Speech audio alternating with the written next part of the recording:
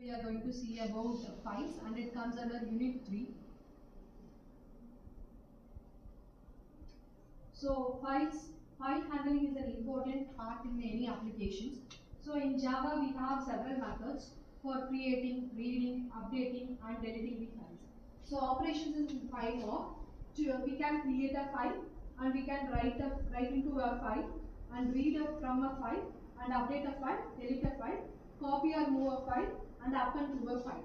So these are the 7 operations we can do in the file. Next. So we have some methods that in file that will be used for doing the operations. So can read. So this is the first method, and it will check whether the file is readable or not. And then the second function is can write, and this will check whether the given file is returnable or not. Next, create new file, and it creates an empty new file. After that we can add and text into it. And the next is delete. This function is used to delete the file which is already available. If the file is not exist, then it will show the error. Next is exists. Exists is nothing but it will check whether the file is exists or not.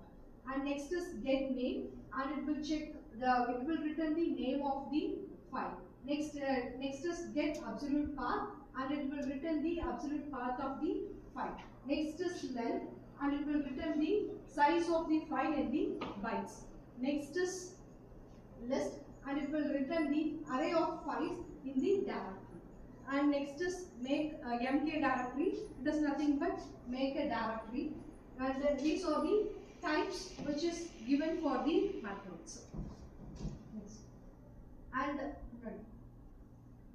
next we can create a file. To create a file, we have a function called create new file. So it is in camel case. So we should have N and F as a capital letter. So here we have two return types. If it is true and it is mentioning that the file was successfully created, and if it is false, the file is already exists in the particular name. So next, so we can have a quiz here. So from these four, which method can be used to create a new file? So you can guess from the options. Yes, this is the answer. Create a new file. Yes. So to write a file. So for creating a file, just we will create it with an empty file. From then we can add text into it.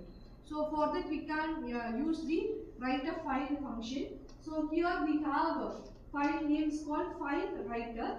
So this is very easiest way to write a text into a file. So we can have FileWriter. It is nothing but a method which you use to write in the file. Next. And other ways also we have to write a file. This is nothing but FileWriter, BufferedReader, file output stream. So these are the 3 other types. The same way we have read also. So we will see next next slide we will see about the read. Now we will see about the write.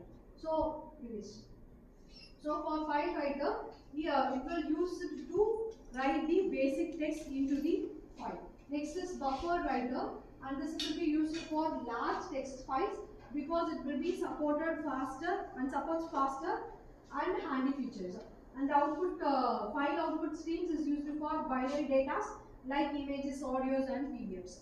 So next is read a file. Ways to read a file, we have a scanner, BufferedReader and file input stream. In previous we have FileWriter, BufferedReader and file output stream. So in this we have scanner, BufferedReader and file input stream. So for scanner, as like reader, we have a simple text. It is used for simple text, and it will we can use for pass the number or words easily. For BufferedReader, it is used for large text files, and it is used it will support the fast, and also it will read the line by line the text. So next is input. It is used for binary data like images, audios, PDF, and it can be used to full control of the raw data also, data types also. Next. So now we are going to see about the delete file. So if we have already have the file, then only we can be able to delete the file. So for that we have a method called delete. So first we have a delete file. So this is the main function. So we have creating an object with the file name. So file name will be stored into the my object, and it will check whether my object delete. This is the function. It will check whether this particular file is available or not. If it is available, it will delete the file and it will show the message. And if it is not there, the file will not be deleted. So fail to delete the file. So this is the example program for delete file. Done. So this is the end of the video.